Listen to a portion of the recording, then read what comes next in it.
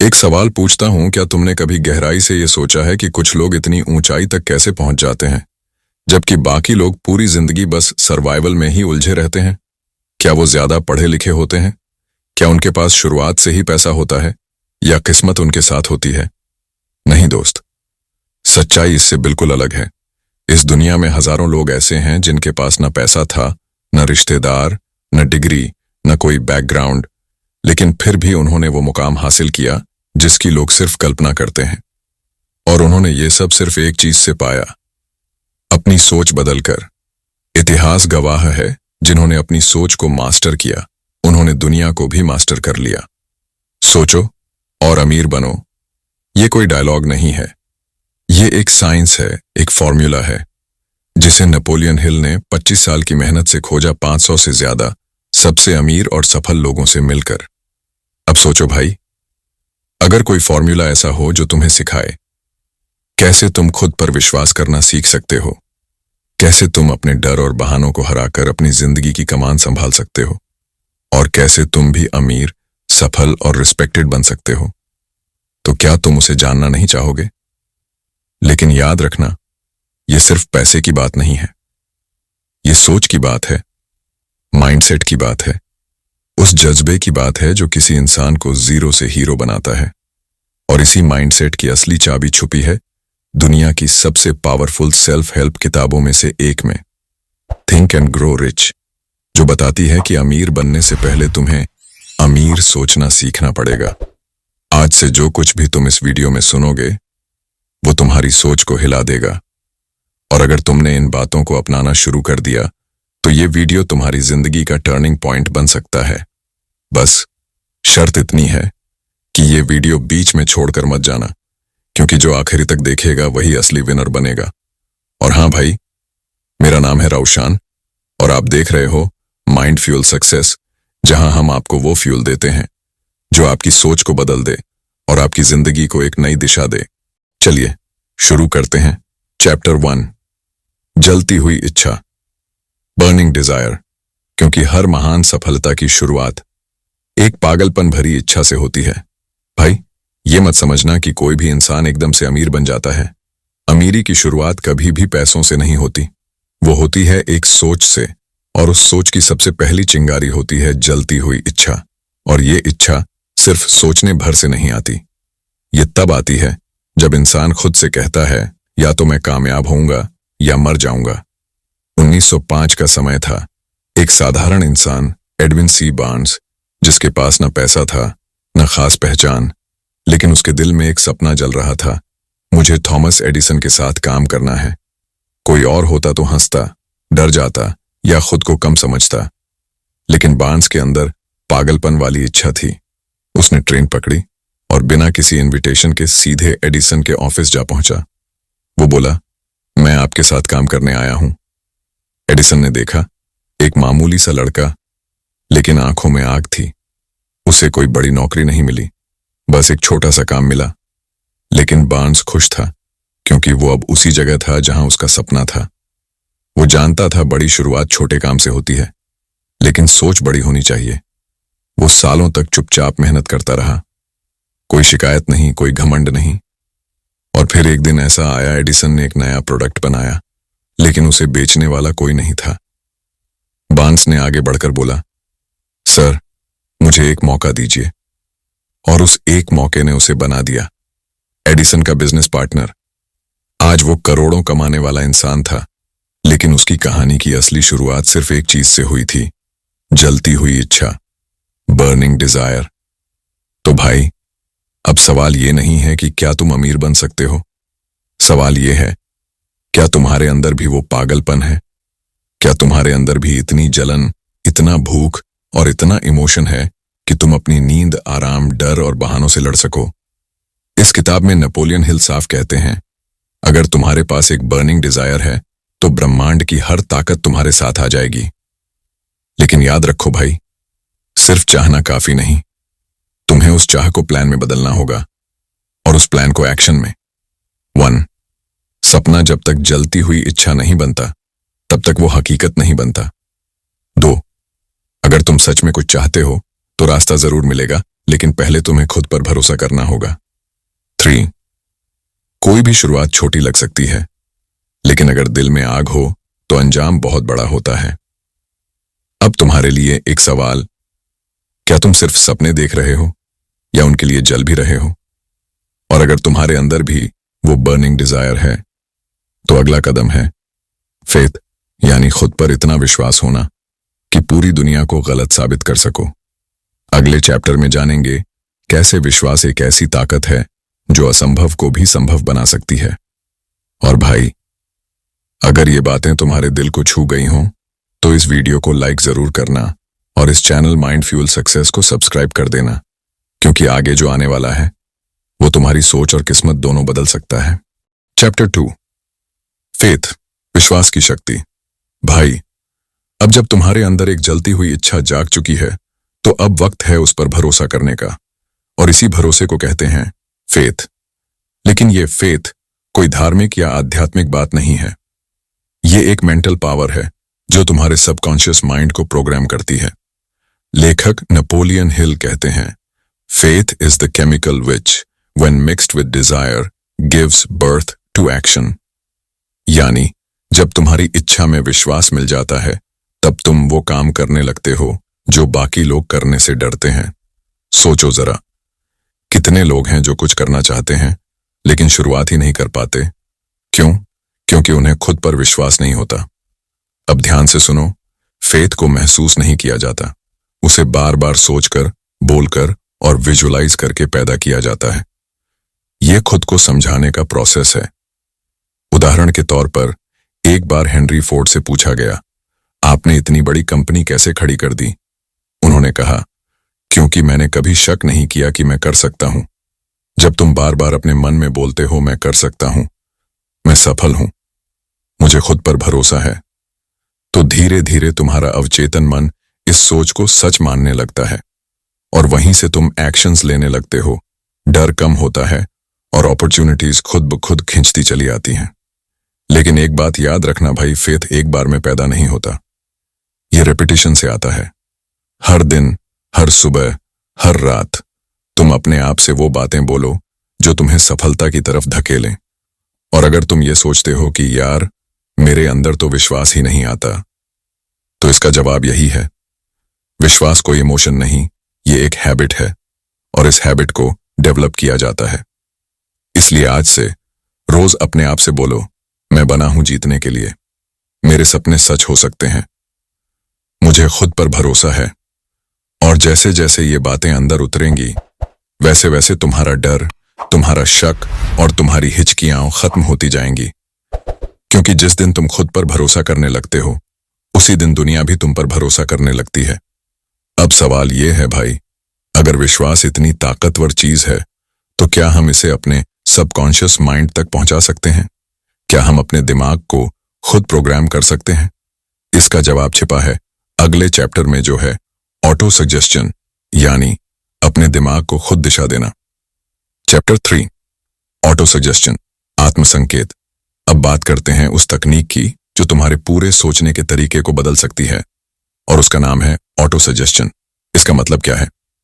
भाई, हर इंसान का दिमाग 2 हिस्सों में काम करता है। एक है कॉन्शियस माइंड जो अभी सोच रहा है, और दूसरा है सबकॉन्शियस माइंड जो बिना बोले भी मान लेता है।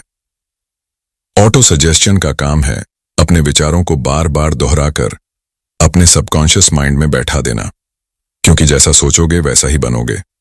और अगर तुम खुद को बार बार बोलोगे मैं कुछ नहीं कर सकता, तो सबकॉन्शियस माइंड मान लेगा और तुम कुछ नहीं कर पाओगे।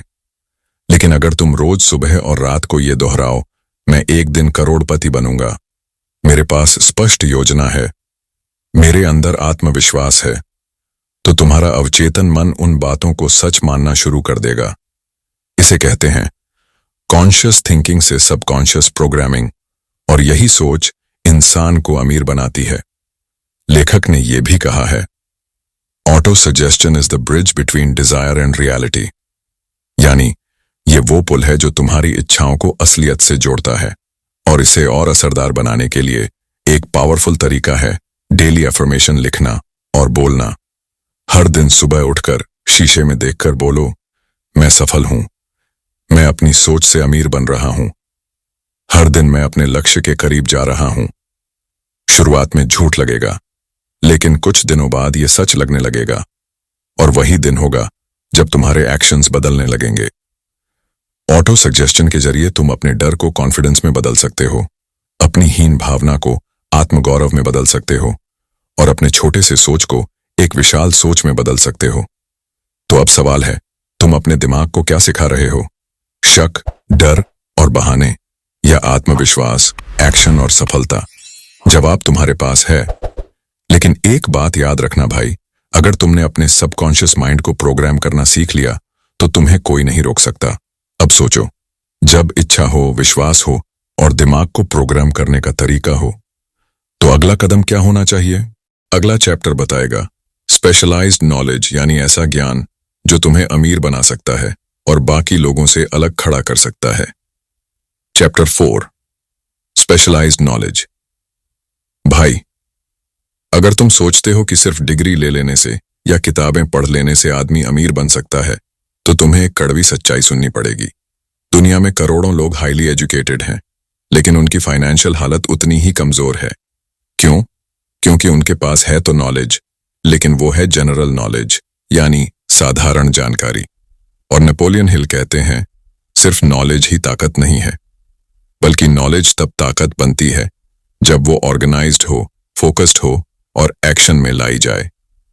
और यही होता है स्पेशलाइज्ड नॉलेज, यानी ऐसा ज्ञान जो किसी एक क्षेत्र में गहराई से हो, जो तुम्हें भीड़ से अलग खड़ा कर दे और जो सीधा तुम्हारे गोल से जुड़ा हो। भाई, ध्यान से सुनो, दुनिया में अमीर बनने वाले लोग किताबों के कीड़े नहीं होते। वो होते हैं वो लोग जो एक चीज को इतनी गहराई से समझते हैं कि वही चीज उन्हें करोड़पति बना देती है। एक आदमी जो इलेक्ट्रॉनिक्स में मास्टर है, एक लड़की जो सोशल मीडिया मार्केटिंग में एक्सपर्ट है, या फिर कोई लड़का जो सिर्फ कंटेंट राइटिंग में स्पेशलिस्ट है, यही लोग असल में उस नॉलेज को पैसा बनाने में बदलते हैं।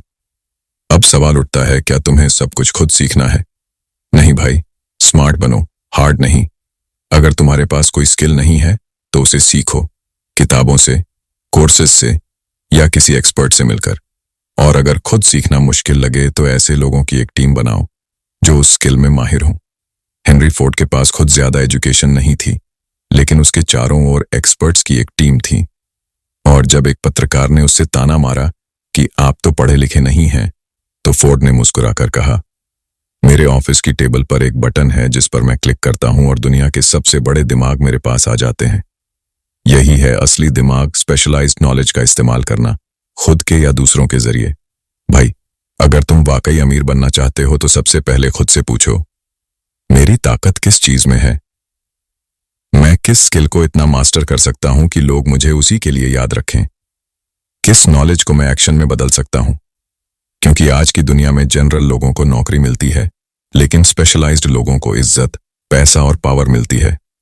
और एक बात और, स्पेशलाइज्ड नॉलेज स्टैटिक नहीं होता, तुम्हें लगातार सीखना पड़ता है, खुद को अपडेट करना पड़ता है।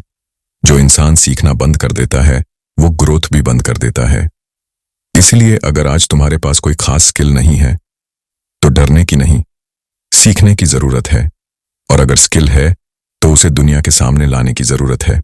अब एक सवाल, अगर तुम्हारे पास सही नॉलेज है तो क्या तुम्हारे पास उसे एक्शन में बदलने की कोई प्लान भी है? क्योंकि अगले चैप्टर में हम जानेंगे वो फॉर्मूला जो सिर्फ नॉलेज को नहीं, नॉलेज को रिजल्ट में बदलने की शक्ति देता है। और उसका नाम है इमेजिनेशन, यानी कल्पना की वो शक्ति जो आइडियाज को करोड़ों में बदल सकती है। Chapter 5, imagination. भाई, अब तक तुम समझ चुके हो कि तुम्हारे पास इच्छा होनी चाहिए, खुद पर विश्वास होना चाहिए और स्पेशलाइज्ड नॉलेज भी। लेकिन अब सवाल है, इन सबको जोड़कर तुम्हें अमीर कौन बनाएगा? जवाब है तुम्हारी कल्पना। हाँ, वही कल्पना जिसे लोग बचपन में सीरियसली लेते हैं लेकिन बड़े होकर भूल जाते हैं।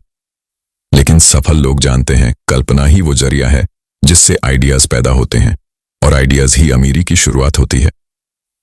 नेपोलियन हिल कहते हैं, man can create anything he can imagine, यानी इंसान जो कुछ भी सोच सकता है वो उसे असलियत में भी बदल सकता है अगर वो अपनी इमेजिनेशन को एक्शन से जोड़ दे।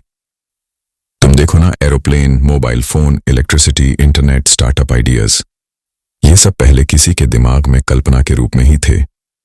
लेकिन फर्क सिर्फ इतना था कि उन्होंने उन कल्पनाओं को सीरियसली लिया और उन पर काम किया। इस किताब में इमेजिनेशन को 2 हिस्सों में बांटा गया है। 1. सिंथेटिक इमेजिनेशन, यानी पहले से मौजूद आइडियाज और नॉलेज को जोड़कर कुछ नया बनाना, जैसे कोई नया बिजनेस मॉडल, डिजाइन या सर्विस। 2. क्रिएटिव इमेजिनेशन, जो तुम्हारे सबकॉन्शियस और इन्फिनिट इंटेलिजेंस से जुड़ी होती है। यही वो इमेजिनेशन है जिससे नए इन्वेंशंस और बड़े ब्रेक थ्रूज होते हैं। अब जरा सोचो, जब तुम अकेले बैठते हो और तुम्हारे मन में कोई थॉट आता है, जैसे कि काश मैं कुछ अलग करता, या अगर ऐसा पॉसिबल होता तो वो कोई मामूली ख्याल नहीं है, वो तुम्हारे दिमाग का दरवाजा खोलने की कोशिश है। लेकिन ज्यादातर लोग उसी दरवाजे को बंद कर देते हैं। यार, ये तो बस सपना है, अभी पॉसिबल नहीं, मेरे बस की बात नहीं। लेकिन जो अमीर बनते हैं वो उसी दरवाजे के अंदर जाते हैं और उस ख्याल को प्लान में बदल देते हैं। भाई, याद रखो, आपकी कल्पना ही आपकी पूंजी है। अगर तुम हर रोज 15-20 मिनट खुद को समय दो, शांति से बैठो और खुद से पूछो, मैं क्या कर सकता हूं? मैं अपने ज्ञान और इच्छा को किस रूप में बदल सकता हूं? मैं लोगों की क्या प्रॉब्लम हल कर सकता हूं? तो यकीन मानो, तुम्हें ऐसे आइडियाज मिलेंगे जो तुम्हारे लिए करोड़ों की वैल्यू के होंगे। लेकिन सिर्फ आइडियाज होना काफी नहीं, उन आइडियाज को लिखना, प्लान बनाना और एक्शन लेना, यही फर्क लाता है सपनों और हकीकत के बीच। स्टीव जॉब्स ने एक बार कहा था, creativity is just connecting things, और यही इमेजिनेशन करती है, आइडियाज को कनेक्ट करना, बड़ा सोचने में मदद करना।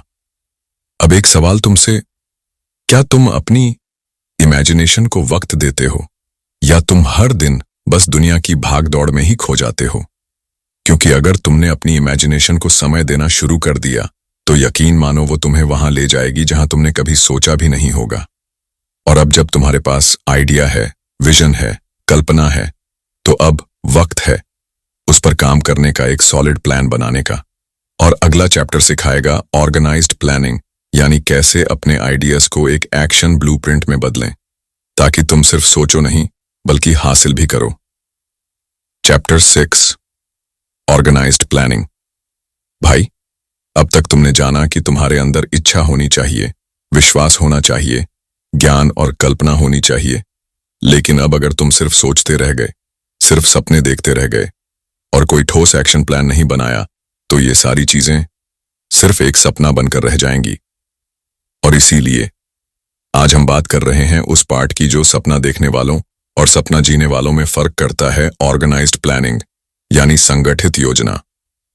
नेपोलियन हिल साफ कहते हैं, action is the real measure of intelligence, यानी जो इंसान प्लान बनाता है और उस पर लगातार काम करता है, वही असली समझदार है। क्योंकि चाहना सबको आती है, पर एक्शन लेने की ताकत सिर्फ उसे मिलती है जो प्लान बनाना जानता है। अब सोचो भाई, तुमने किसी बिजनेस आइडिया के बारे में सोचा या अपने करियर में कुछ बड़ा करने का सपना देखा, लेकिन तुमने ये नहीं तय किया कि कहां से शुरू करना है, किससे मदद लेनी है, कितना समय लगेगा, कितना पैसा चाहिए, कौन कौन सी स्किल चाहिए। तो बताओ, वो सपना कब पूरा होगा? यही वो गलती है जो करोड़ों लोग करते हैं। वो सोचना जानते हैं लेकिन प्लान बनाना नहीं जानते। और यहां एक और जरूरी बात है, तुम्हारा प्लान एक बार में परफेक्ट नहीं होगा, बिल्कुल नहीं। शुरुआत में वो प्लान गलत हो सकता है, काम ना करे, रिजल्ट ना दे। लेकिन हिल कहते हैं, you must have the courage to keep changing your plan until it works. यानी सफलता उन्हीं को मिलती है जो गिरने से डरते नहीं, जो प्लान को बदलते हैं लेकिन लक्ष्य को नहीं छोड़ते। अब एक सवाल आता है, प्लान कैसे बनाएं? इसका एक सिंपल फॉर्मूला है। 8, अपना लक्ष्य साफ करो। जितना साफ उद्देश्य होगा उतनी क्लैरिटी दिमाग में होगी। 2, जरूरतें समझो, किस नॉलेज, स्किल, टाइम और रिसोर्स की जरूरत है। 3, टुकड़ों में बांटो, बड़े लक्ष्य को छोटे छोटे एक्शन स्टेप्स में डिवाइड करो। 4, एक तारीख तय करो, बिना डेडलाइन के कोई भी प्लान सिर्फ सपना होता है। 5, एक मास्टरमाइंड ग्रुप बनाओ, ऐसे लोग जो तुम्हारे जैसे सोचते हैं या तुमसे बेहतर हैं, उनसे सलाह लो, मिलकर काम करो। 6, रोज एक काम जरूर करो, consistency is the engine of progress. अब जरा ध्यान दो भाई। फोर्ड मोटर कंपनी जब शुरू हुई थी तो हेनरी फोर्ड के पास भी चैलेंजेस थे, पैसों की तंगी, मजाक उड़ाने वाले लोग, तकनीकी दिक्कतें। लेकिन एक चीज थी जो उसने कभी नहीं छोड़ी, एक ऑर्गेनाइज्ड प्लान। वो बार बार अपना डिजाइन बदलता रहा, अपने प्रोसेस को ऑप्टिमाइज करता रहा और आखिरकार दुनिया की सबसे बड़ी ऑटोमोबाइल कंपनी खड़ी कर दी। यही चीज धीरूभाई अंबानी से लेकर इलॉन मस्क तक में दिखती है। उनका विजन क्लियर था, लेकिन सक्सेस उन्हें मिली क्योंकि उनका प्लान एक्शन रेडी था। भाई, लोग अक्सर कहते हैं मैं मेहनत कर रहा हूं लेकिन रिजल्ट नहीं मिल रहा। लेकिन क्या कभी ये देखा कि मेहनत किस दिशा में हो रही है? बिना प्लान के मेहनत उसी तरह है जैसे अंधेरे में तीर चलाना। अगर तुम्हारे पास रोड मैप नहीं है तो तुम हर दिन व्यस्त तो रहोगे लेकिन आगे नहीं बढ़ पाओगे। अब सोचो, तुम्हारा सपना क्या है? क्या तुमने उसके लिए कोई रिटन प्लान बनाया है? क्या तुम जानते हो कि तुम्हें कहां से शुरू करना है और अगले 30 दिन में क्या करना है? अगर नहीं तो अभी से शुरू करो। एक नोटबुक निकालो और अपने सपने को स्टेप बाय स्टेप एक ब्लूप्रिंट में बदलो, क्योंकि written plan, clearness, visible direction can real action.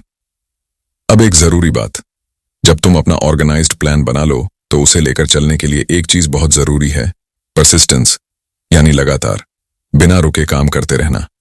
चाहे प्लान फेल हो जाए, लोग हंसें, रिजल्ट ना मिले, तब भी चलते रहना, यही असली कमाल है। और यही है अगला चैप्टर, परसिस्टेंस, यानी वो ताकत जो इंसान को हार के बाद भी खड़ा कर देती है और जीतने तक चैन नहीं लेने देती। Chapter 7, persistence. भाई, अब मान लो तुम्हारे पास सब कुछ है, सपना है, सोच है, विश्वास है, ज्ञान है और प्लान भी है। लेकिन अगर एक चीज नहीं है तो ये सब बेकार हो जाएगा।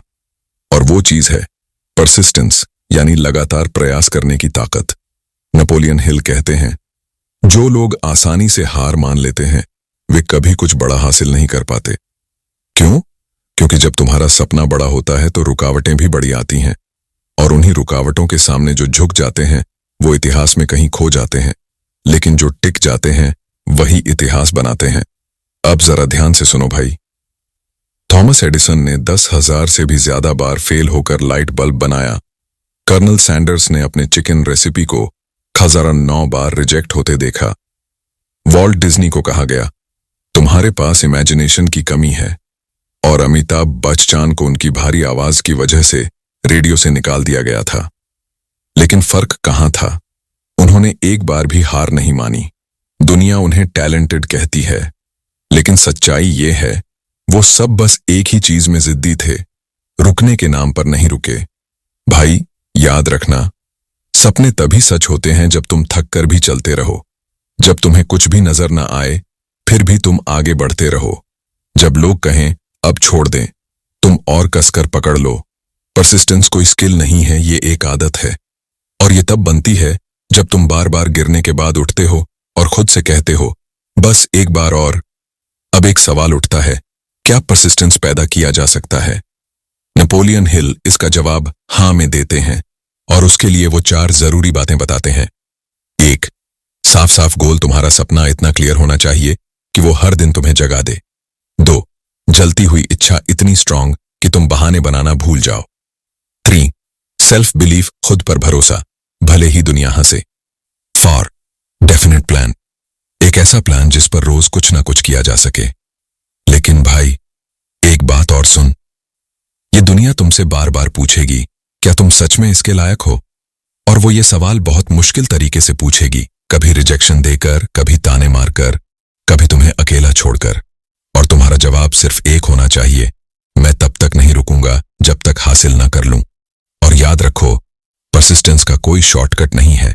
ये तब बनती है जब तुम खुद को चैलेंज करते हो, जब तुम कंफर्ट जोन से बाहर जाते हो, जब तुम उस दिन भी काम करते हो जब मन नहीं करता।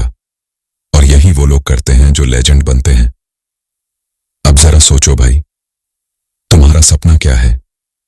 क्या तुम सच में उसके लिए लड़ने को तैयार हो? क्या तुम इतनी हिम्मत रखते हो कि 100 बार गिरकर भी 100वीं बार खड़े हो सको? क्योंकि अगर हां तो तुम्हें कोई नहीं रोक सकता। अब एक आखिरी बात, कई बार तुम सब कुछ सही कर रहे होते हो और फिर भी रिजल्ट नहीं मिलता। उस वक्त लोग छोड़ देते हैं, लेकिन नेपोलियन हिल कहते हैं, सफलता अक्सर उस इंसान के कदम चूमती है जो हार मानने से ठीक एक कदम पहले भी डटा रहता है। और अब जब तुम्हारे पास ये फौलादी जज्बा है तो अगली चीज चाहिए मास्टरमाइंड, यानी एक ऐसा ग्रुप जो तुम्हारे सपनों को और ताकत दे सके, जो तुम्हारी सोच से भी बड़ा सोच सके। और यही होगा अगला चैप्टर, पावर ऑफ मास्टरमाइंड, यानी टीम वर्क की वो शक्ति जो अकेले इंसान को भी बेमिसाल बना देती है। Chapter 8, power of the mastermind. भाई, इस दुनिया में कोई भी इंसान अकेले अमीर नहीं बना है। हाँ, उसके अंदर इच्छा थी, विश्वास था, योजना थी, लेकिन अगर उसे उस रास्ते में रफ्तार मिली तो वो सिर्फ एक ताकत की वजह से मिली, और उसका नाम है मास्टरमाइंड। मास्टरमाइंड यानी ऐसे लोगों का समूह जो एक दूसरे को सिर्फ सपोर्ट नहीं करते, बल्कि एक दूसरे की सोच को, एक दूसरे की एनर्जी को और एक दूसरे के विजन को बड़ा बनाते हैं। नेपोलियन हिल कहते हैं, 2 or more minds, when working in harmony, form a third mind, a mastermind that taps into infinite intelligence। यानी जब 2 या 2 से अधिक दिमाग एक लक्ष्य के लिए मिलते हैं तो वहां सिर्फ अनुभव और सलाह नहीं मिलती, वहां एक नया दिमाग पैदा होता है जो पहले से कहीं ज्यादा शक्तिशाली होता है। और यही मास्टरमाइंड अमीरों का गुप्त हथियार है। तुम सोचो भाई, हेनरी फोर्ड अकेला नहीं था, उसके पास एडिसन, हार्वी फायरस्टोन जैसे दोस्त थे। एंड्रू कार्नेगी ने 50 से ज्यादा ब्रेन पावर से एक मास्टरमाइंड ग्रुप बनाया था जिसने उसे दुनिया का सबसे बड़ा स्टील साम्राज्य खड़ा करने में मदद की। स्टीव जॉब्स अकेले नहीं थे, उनके साथ स्टीव वोज़नियाक, जॉनथन आइव और पूरी एप्पल टीम थी जिसने उसकी कल्पनाओं को हकीकत में बदला। और आज भी दुनिया के हर बिलियनियर, हर विजनरी एंटरप्रेन्योर के पीछे एक मास्टरमाइंड नेटवर्क होता है। अब सवाल है, मास्टरमाइंड होता क्या है? ये कोई फॉर्मल संस्था नहीं है, ये कोई बिजनेस पार्टनरशिप भी नहीं होती। मास्टरमाइंड वो है जहां 2 या 2 से अधिक लोग अपने आइडियाज, रिसोर्सेज, अनुभव और एनर्जी को एक कॉमन उद्देश्य के लिए मिलाते हैं। इसमें ईगो नहीं होती, सिर्फ ग्रोथ होती है।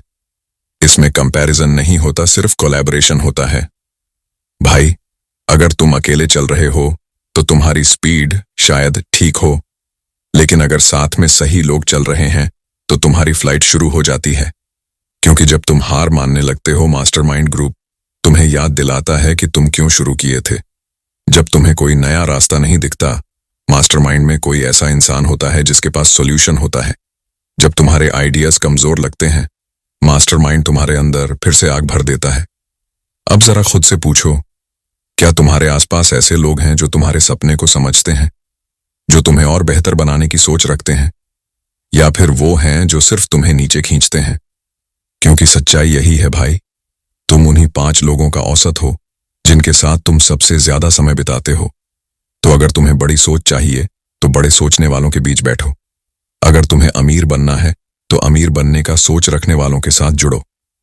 अब एक सवाल, क्या तुम्हारा कोई मास्टरमाइंड ग्रुप है? नहीं है? तो अभी से शुरू करो। 2-3 दोस्त ढूंढो जो तुम्हारे जैसे कुछ करना चाहते हैं। मिलकर वीकली एक मीटिंग रखो जहां सिर्फ ग्रोथ की बात हो, एक्शन की बात हो, नए आइडियाज की बात हो। और अगर तुम्हारे आसपास ऐसे लोग नहीं हैं तो ऑनलाइन फोरम्स, कम्युनिटीज या मेंटरशिप ग्रुप्स से जुड़ो, लेकिन अकेले मत चलो, क्योंकि अकेला दिमाग थक जाता है, लेकिन एकजुट दिमाग तूफान बना देता है। भाई, मास्टरमाइंड सिर्फ नेटवर्किंग नहीं है, ये एक एनर्जी है, एक इनविजिबल पावर है जो तुम में वो सोच पैदा कर सकती है जो तुमने कभी सोची भी नहीं थी। और यही वजह है कि नेपोलियन हिल कहते हैं, no individual has ever amassed a great fortune without the cooperation of others.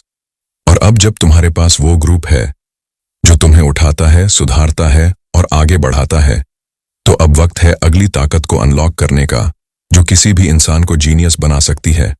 और वो है the mystery of the sex transmutation, यानी उस सबसे मिसअंडरस्टूड शक्ति को बदलने की कला जो तुम्हारी क्रिएटिविटी और एनर्जी का विस्फोट कर सकती है। Chapter 9, the mystery of sex transmutation. भाई, अगर मैं तुमसे कहूं कि इंसान के अंदर एक ऐसी ताकत है जो अगर कंट्रोल हो जाए तो वो इंसान को क्रिएटिव जीनियस बना सकती है, और अगर बेकाबू हो जाए तो वही इंसान बर्बाद हो सकता है, तो क्या तुम यकीन करोगे? शायद नहीं, क्योंकि ये बात स्कूल, कॉलेज और यहां तक कि घर में भी नहीं बताई जाती। लेकिन यही ताकत है सेक्सुअल एनर्जी, और इस एनर्जी को अगर सही दिशा में मोड़ा जाए तो इसे कहते हैं सेक्स ट्रांसम्यूटेशन, यानी काम ऊर्जा को निर्माण की ऊर्जा में बदलना। भाई ध्यान से सुनो, नेपोलियन हिल कहते हैं sex energy is the most powerful of human desires. ये वो इमोशन है जो इंसान को पागल कर सकता है, जो क्रांति करा सकता है, जो युद्ध करवा सकता है, और यही वो इमोशन है जिसने इतिहास के सबसे बड़े आर्टिस्ट, राइटर्स, साइंटिस्ट और बिजनेसमैन को शेप दिया। लेकिन उन्होंने इस एनर्जी को बर्बाद नहीं किया, उन्होंने उसे बदल दिया, हार्नेस किया, कंट्रोल किया। अब सोचो, जब कोई युवा इंसान अपने जीवन के सबसे प्रोडक्टिव सालों में होता है तो उसके अंदर एक जबरदस्त सेक्सुअल ड्राइव होती है, लेकिन अफसोस इस ऊर्जा को लोग मोस्टली शॉर्ट टर्म प्लेजर में गंवा देते हैं, इंस्टाग्राम स्क्रॉल करते हुए, पोर्न एडिक्शन में या फालतू रिश्तों में उलझकर। नतीजा, उनकी मेंटल एनर्जी, फोकस और एम्बिशन बिखर जाती है। लेकिन जो कामयाब होते हैं वो इस एनर्जी को ट्रांसम्यूट करते हैं, यानी उसी इमोशन को यूज करते हैं creation, invention, leadership, public speaking, risk taking और इमेजिनेशन में। नेपोलियन हिल कहते हैं the major difference between a genius and an average man is that a genius has learned how to stimulate his mind by sex energy without physical expression। यानी genius वो नहीं होता जो ज्यादा intelligent होता है, जीनियस वो होता है जिसने सेक्सुअल अर्ज को कंट्रोल करना सीख लिया है और उसे अपने मिशन में झोंक दिया है। अब सवाल उठता है, क्या हम भी ये कर सकते हैं? जवाब है हाँ, बिल्कुल। और उसके लिए तुम्हें 4 चीजें समझनी होंगी। 1. अवेयरनेस। सबसे पहले ये मानो कि तुम्हारे अंदर ये एनर्जी है और ये एनर्जी बहुत ज्यादा पावरफुल है। इसे सप्रेस नहीं करना, इसे रीडायरेक्ट करना है। 2. डायरेक्शन। सेक्सुअल अर्ज आती है तो सवाल ये नहीं कि कैसे रोको, सवाल है उसे किस काम में लगाओ। Gym, art, learning, writing, business, कोई भी कंस्ट्रक्टिव एक्टिविटी चुनो और उस अर्ज को उस ओर धकेलो। 3. एनवायरनमेंट। अपने आसपास ऐसे लोगों और कंटेंट को जगह दो जो तुम्हें डिस्ट्रैक्ट ना करें बल्कि इंस्पायर करें। 4. Higher purpose. जब तुम्हारा गोल बड़ा होता है तो छोटी इच्छाएं कंट्रोल में आ जाती हैं। भाई याद रखो, जो इंसान अपनी सेक्सुअल एनर्जी पर कंट्रोल पा ले वो इस दुनिया में किसी भी एनर्जी को चैनल कर सकता है। अब जरा सोचो, दुनिया के सबसे बड़े कलाकार लियोनार्डो डा विंची, सबसे बड़े आविष्कारक निकोला टेस्ला, सबसे बड़े लीडर महात्मा गांधी और सबसे सफल entrepreneurs Steve jobs, Elon Musk, सबने किसी न किसी स्तर पर इस एनर्जी को बर्बादी से बचाकर निर्माण में बदला। और यही सेक्स ट्रांसमिटेशन है। अब एक बात और, इसका मतलब ये नहीं कि सेक्स गलत है, ये जीवन का हिस्सा है, प्रकृति का वरदान है। लेकिन जब ये अनकंट्रोल्ड हो जाए तो यही वरदान व्यसन बन जाता है। नेपोलियन हिल कहते हैं most man never learn that the urge of sex can be transmuted into a powerful driving force capable of lifting them to great achievement। और अफसोस 95% लोग इस अर्ज को मोमेंटरी रिलीफ में बर्बाद कर देते हैं बजाय इसके कि वो इसे लाइफ टाइम ग्रेटनेस में बदलें। अब सवाल तुमसे भाई, क्या तुम अपनी इस ताकत को पहचानते हो? क्या तुम अपने आज के सुख को त्याग कर कल की महानता चुन सकते हो? क्या तुम अपने मिशन को इतना बड़ा बना सकते हो कि छोटी इच्छाएं तुम्हें हिला ना सकें? क्योंकि अगर हाँ, तो तुम्हारे अंदर वो आग है जो इस दुनिया को बदल सकती है। और अब जब तुम इस सबसे रॉ, सबसे प्राइमल और सबसे शक्तिशाली एनर्जी को चैनल करना सीख गए हो, तो अब वक्त है दिमाग के उस हिस्से की ताकत को अनलॉक करने का जिसे कहते हैं द सबकॉन्शियस माइंड, यानी वो खामोश ताकत जो तुम्हारे हर विचार को तुम्हारी किस्मत बना देती है। Chapter 10, the subconscious mind. भाई आज हम बात कर रहे हैं उस चीज की जो न तो सीधी दिखाई देती है न ही छूने में आती है, लेकिन इसके बिना तुम्हारी जिंदगी में कुछ भी नहीं बदल सकता। और उसका नाम है सबकॉन्शियस माइंड, यानी तुम्हारा अवचेतन मन। नेपोलियन हिल कहते हैं your subconscious mind works day and night converting your dominant thoughts into reality. मतलब सीधा है, जो तुम सोचते हो, बार बार सोचते हो और महसूस करते हो, वो सब धीरे धीरे तुम्हारी जिंदगी बन जाता है। चाहे वो डर हो या सपना, गरीबी का डर हो या अमीरी की ख्वाहिश, सबकॉन्शियस माइंड उसी पर काम करता है जिसे तुम बार बार अपने दिमाग में भेजते हो।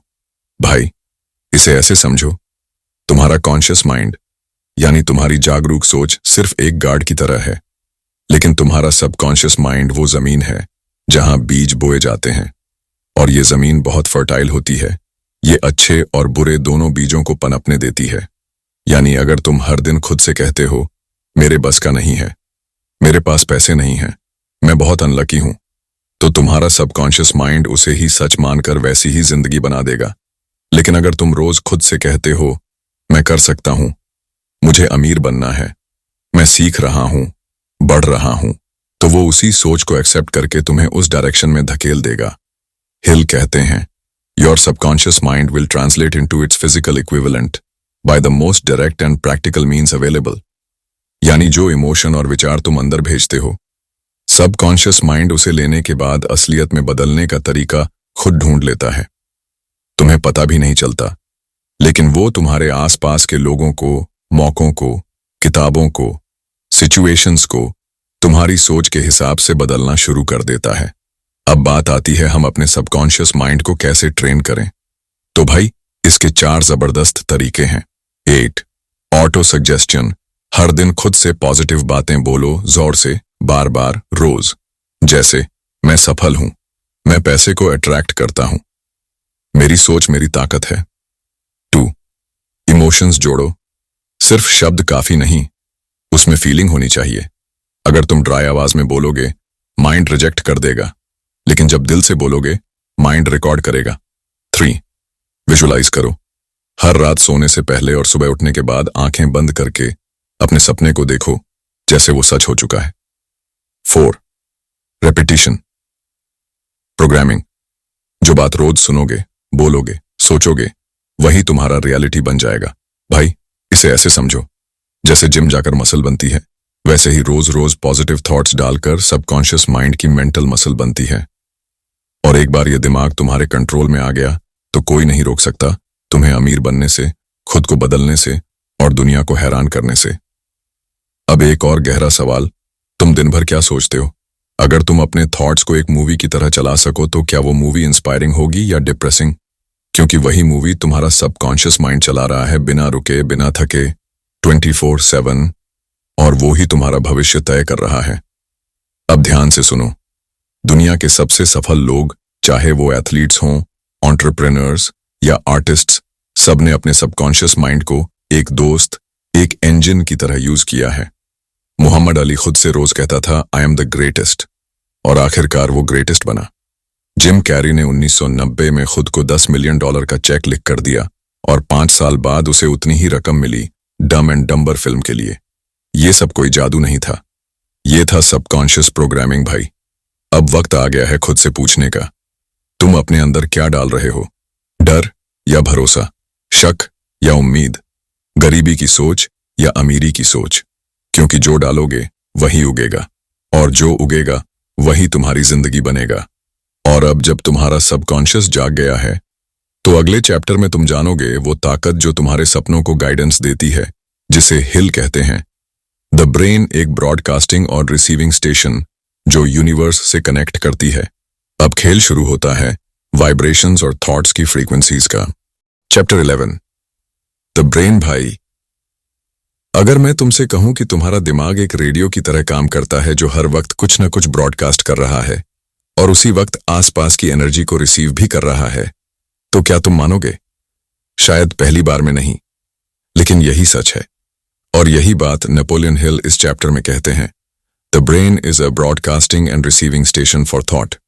यानी तुम्हारे विचार सिर्फ तुम्हारे अंदर ही नहीं रहते, वो एक तरंग बनकर बाहर जाते हैं और तुम्हारे जैसे ही विचारों को वापस खींच लाते हैं। भाई, ये सिर्फ किताब की लाइन नहीं, ये न्यूरोसाइंस, क्वांटम फिजिक्स और साइकोलॉजी तीनों से जुड़ी बात है। हर थॉट जो तुम्हारे दिमाग में पैदा होता है, वो एक खास फ्रीक्वेंसी पर वाइब्रेट करता है, और वो फ्रीक्वेंसी एक सिग्नल बनकर यूनिवर्स में ब्रॉडकास्ट होती है जैसे रेडियो वेव्स, और वापस उन्हीं फ्रीक्वेंसीज को अट्रैक्ट करती है। अब सोचो, जब तुम बार बार खुद से कहते हो, मेरे पास पैसा नहीं है, मैं कमजोर हूं, लोग मुझे नहीं समझते, तो तुम्हारा दिमाग उसी कमी, उसी दुख की फ्रीक्वेंसी भेजता है। और यूनिवर्स भी तुम्हें उसी तरह के लोग, हालात और मौके वापस भेजता है जो तुम्हारी सोच से मेल खाते हैं। लेकिन जब तुम खुद से कहते हो, मैं सफल हूं, पैसा मेरी ओर आ रहा है, मैं वैल्यू क्रिएट कर रहा हूं, तो उसी वेव पर दुनिया बदल जाती है। दुनिया उतनी नहीं बदलती जितना तुम अपनी फ्रीक्वेंसी बदलते हो। अब जरा गहराई से समझो भाई। नेपोलियन हिल कहते हैं कि जब दो लोग एक साथ सोचते हैं या जब एक मास्टरमाइंड ग्रुप मिलकर सोचता है तो वहां एक थर्ड हायर फ्रीक्वेंसी जनरेट होती है। यही वो कलेक्टिव थॉट है जो इंस्पिरेशन लाता है, इन्वेंशन करता है और जिसे कुछ लोग गट फीलिंग कहते हैं तो कुछ सिक्स्थ सेंस। लेकिन असल में ये तुम्हारे दिमाग का एडवांस्ड ब्रॉडकास्ट होता है जो अनसीन वर्ल्ड से सीन रिजल्ट्स खींच लाता है। अब सवाल उठता है, हम अपने दिमाग की फ्रीक्वेंसी कैसे बदलें? बहुत सिंपल 3 स्टेप प्रोसेस है। 1, जैसे सोचोगे वैसे बनोगे। अपनी सोच को दिन में बार बार चेक करो, क्या तुम डर भेज रहे हो या भरोसा? 2, जिससे जुड़ोगे उसी के जैसे सोचोगे। अपने आसपास ऐसे लोगों को रखो जिनकी सोच हाई फ्रीक्वेंसी पर है। लो माइंडसेट, लोग तुम्हारे सिग्नल को डिस्टर्ब कर देते हैं। 3, इमोशन से एम्पलीफाई करो। जो भी सोचना है पूरे इमोशन के साथ सोचो। इमोशन ही थॉट की बैटरी है, बिना इमोशन के थॉट खाली शेल है। भाई, इस पूरी किताब में नेपोलियन हिल बार बार कहते हैं थॉट्स आर थिंग्स, और अब इस चैप्टर में वो ये साबित करते हैं कि थॉट्स आर फ्रीक्वेंसीज टू। यानी हर बार जब तुम एक आइडिया सोचते हो वो सिर्फ तुम्हारे दिमाग में नहीं रह जाता, वो ब्रॉडकास्ट होता है और वो कहीं किसी और दिमाग में, किसी और जगह, किसी नए मौके में तुम्हारे लिए गूंजने लगता है। यही कारण है कि कई बार हम किसी चीज को सोचते हैं और अगले दिन उसी से जुड़ा कोई इंसान हमें मिल जाता है, कोई वीडियो मिल जाता है या कोई किताब सामने आ जाती है। ये संयोग नहीं है, ये तुम्हारे दिमाग का ब्रॉडकास्ट है और इसका जवाब वही भेजता है जिसका दिमाग उसी फ्रीक्वेंसी पर ट्यून्ड होता है। अब जरा खुद से पूछो भाई, तुम रोज अपने दिमाग से क्या ब्रॉडकास्ट कर रहे हो? डर, शक और दुख, या विश्वास, संभावना और अबंडेंस? क्योंकि जो सिग्नल तुम भेज रहे हो वही तुम्हारा फ्यूचर बनकर लौट रहा है। और अब जब तुम जान गए हो कि तुम्हारा दिमाग सिर्फ सोचता नहीं, वो एक टावर की तरह यूनिवर्स से जुड़ा होता है, तो अगला कदम है उस कनेक्शन को सबसे ऊंचे लेवल तक ले जाना।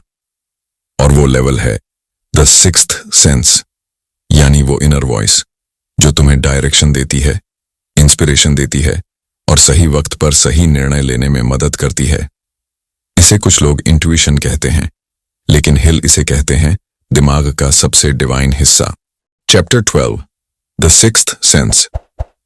भाई, अब तक तुमने जाना कैसे सोच बदलती है, कैसे विश्वास हिलाता है, कैसे इच्छाएं हकीकत बनती हैं और कैसे दिमाग एक ट्रांसमीटर की तरह काम करता है। लेकिन अब जो बात तुम जानने जा रहे हो वो इस किताब की सबसे रहस्यमय शक्ति है। एक ऐसी शक्ति जिसे कोई किताब नहीं सिखा सकती, जिसे कोई टीचर नहीं समझा सकता, क्योंकि ये शक्ति तुम्हारे अंदर से आती है और इसका नाम है द सिक्स्थ सेंस, यानी छठी इंद्रिय। भाई, इस दुनिया में कई बार ऐसा होता है कि तुम्हें कोई रास्ता अचानक दिख जाता है, तुम्हें कोई फैसला लेने की झलक मिलती है, या अचानक तुम्हारे अंदर से एक आवाज आती है, यही सही है। वो क्या है? वो तुम्हारा सिक्स्थ सेंस है। नेपोलियन हिल कहते हैं, the sixth sense is that portion of the subconscious mind which has been referred to as the creative imagination। यानी ये वो सटल डिवाइन शक्ति है जो तुम्हारे सबकॉन्शियस माइंड के जरिए काम करती है। ये कोई जादू नहीं है, लेकिन जब तुम्हारा मन, शरीर और सोच एक दिशा में वर्क करने लगता है तो कुछ ऐसा एक्टिवेट होता है जो दुनिया की लॉजिक से ऊपर होता है। भाई, सिक्स्थ सेंस कोई शॉर्टकट नहीं है।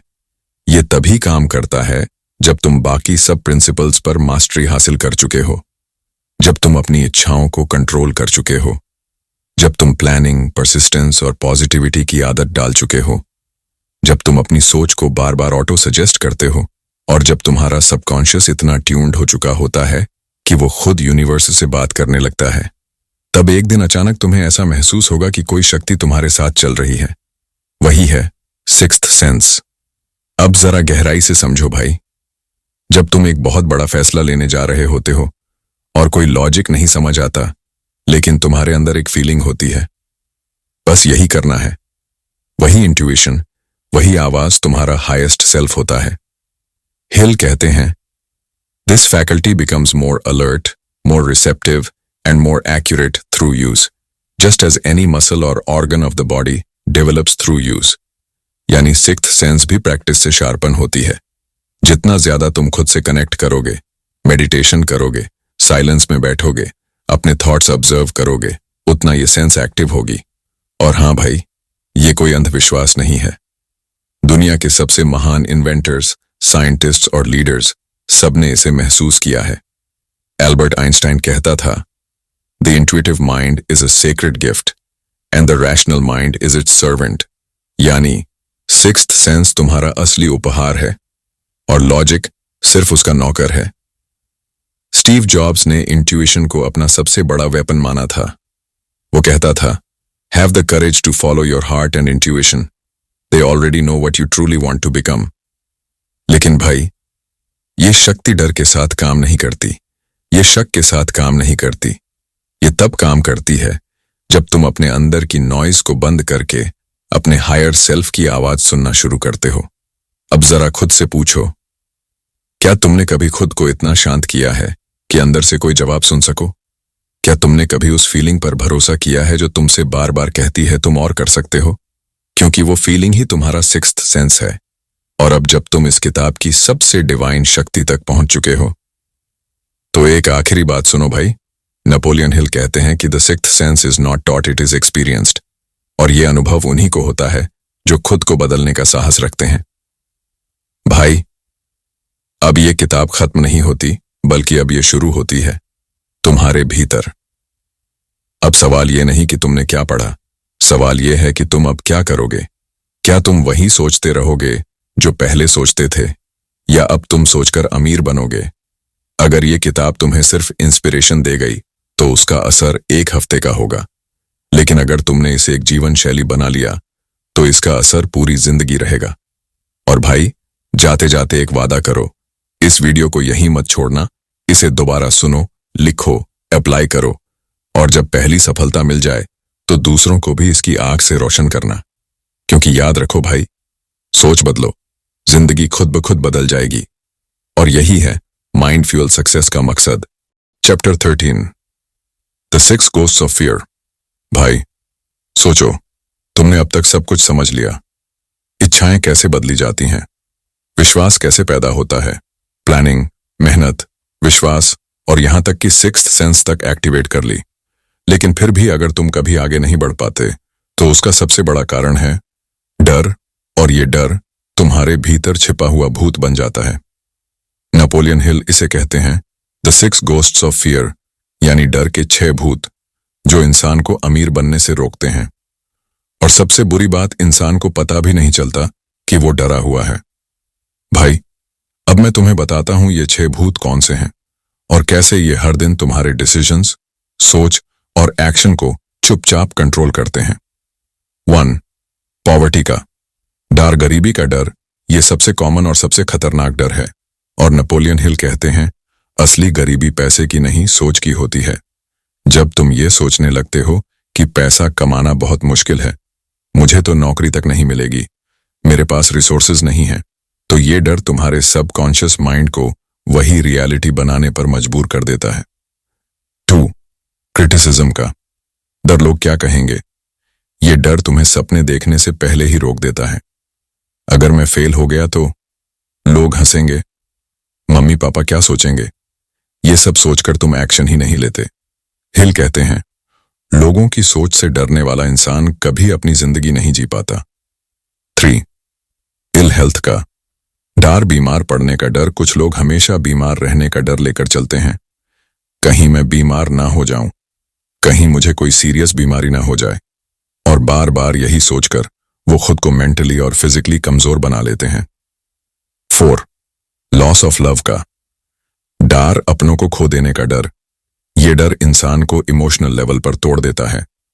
वो हर रिश्ते में इनसिक्योरिटी महसूस करता है, पॉसेसिव हो जाता है और फिर अपने ही संबंधों को बिगाड़ लेता है। 5. ओल्ड एज का डर, बुढ़ापे का डर। जब इंसान ये सोचने लगता है कि अब मेरी उम्र निकल गई, अब मुझसे कुछ नहीं होगा, तो उसका ग्रोथ रुक जाता है। लेकिन सच्चाई ये है, उम्र नहीं, सोच बूढ़ी होती है। कर्नल सैंडर्स ने 60 की उम्र में KFC शुरू किया था, तो तुम किस बात का डर पाल रहे हो? 6. डेथ का डर, मौत का डर। हिल कहते हैं, मौत से डरने वाला इंसान कभी पूरी तरह जिंदा नहीं रह पाता। इस डर से लोग सेफ खेलते हैं, रिस्क नहीं लेते और अपनी पूरी पोटेंशियल कभी जगह ही नहीं पाते। भाई, अब सोचो, क्या इनमें से कोई डर तुम्हारे अंदर छिपा बैठा है? क्या वो डर तुम्हें बड़े सपने देखने से रोक रहा है? क्या वो डर तुम्हें एक्शन लेने से पहले पैरालाइज्ड कर देता है?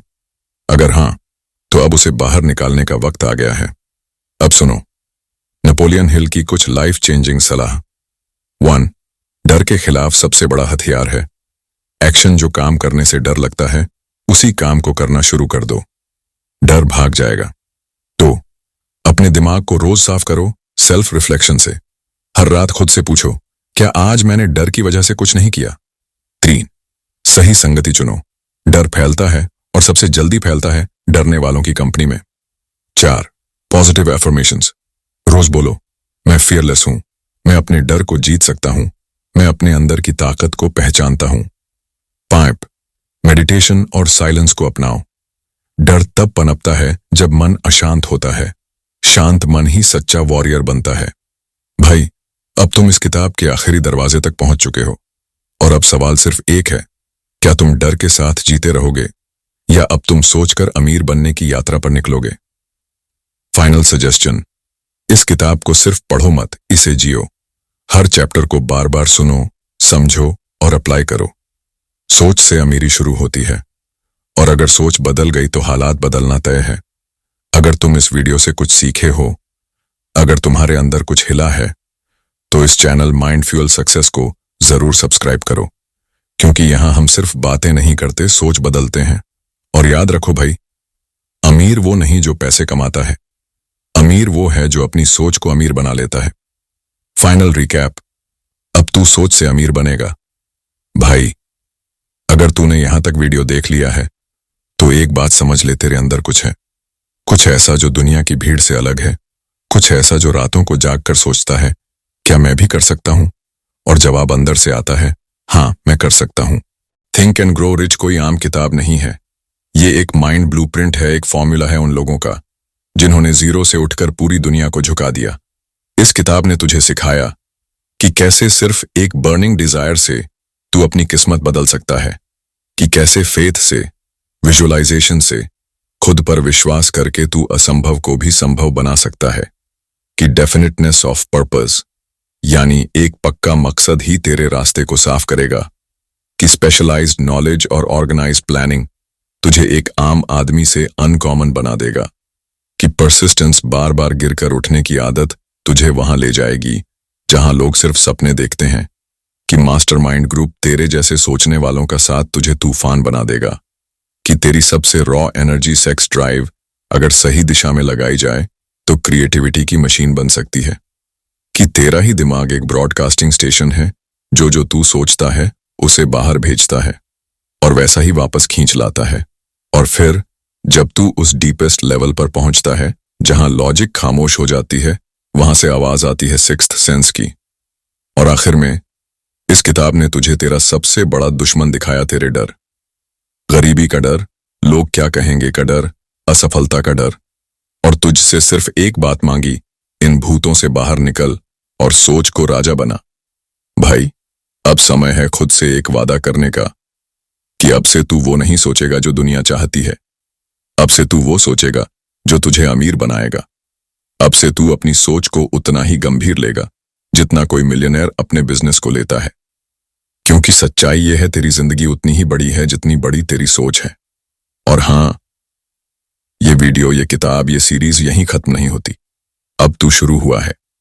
अब तुझे सिर्फ सुनना नहीं, अब तुझे करना है, एक्शन लेना है, रोज सोचना है और उस सोच को हकीकत में बदल देना है। और अगर तू इस पूरे सफर में मेरे साथ था, तो भाई अब तू सिर्फ मेरा व्यूअर नहीं, तू मेरा माइंड फ्यूल वॉरियर है, इस चैनल माइंड फ्यूल सक्सेस का हिस्सा, उस ट्राइब का हिस्सा जो सोच बदलता है, दुनिया नहीं देखता, दुनिया बनाता है। तो अगर तू तैयार है तो इस वीडियो को शेयर कर, लाइक कर और सब्सक्राइब करके बेल दबा दे, ताकि जब भी अगला माइंड ब्लास्टिंग वीडियो आए तेरा दिमाग फिर से आग पकड़ ले। और याद रखो भाई, सक्सेस सोच से शुरू होती है और सोच तेरे अंदर से। अब सोच बदल और अमीर बन।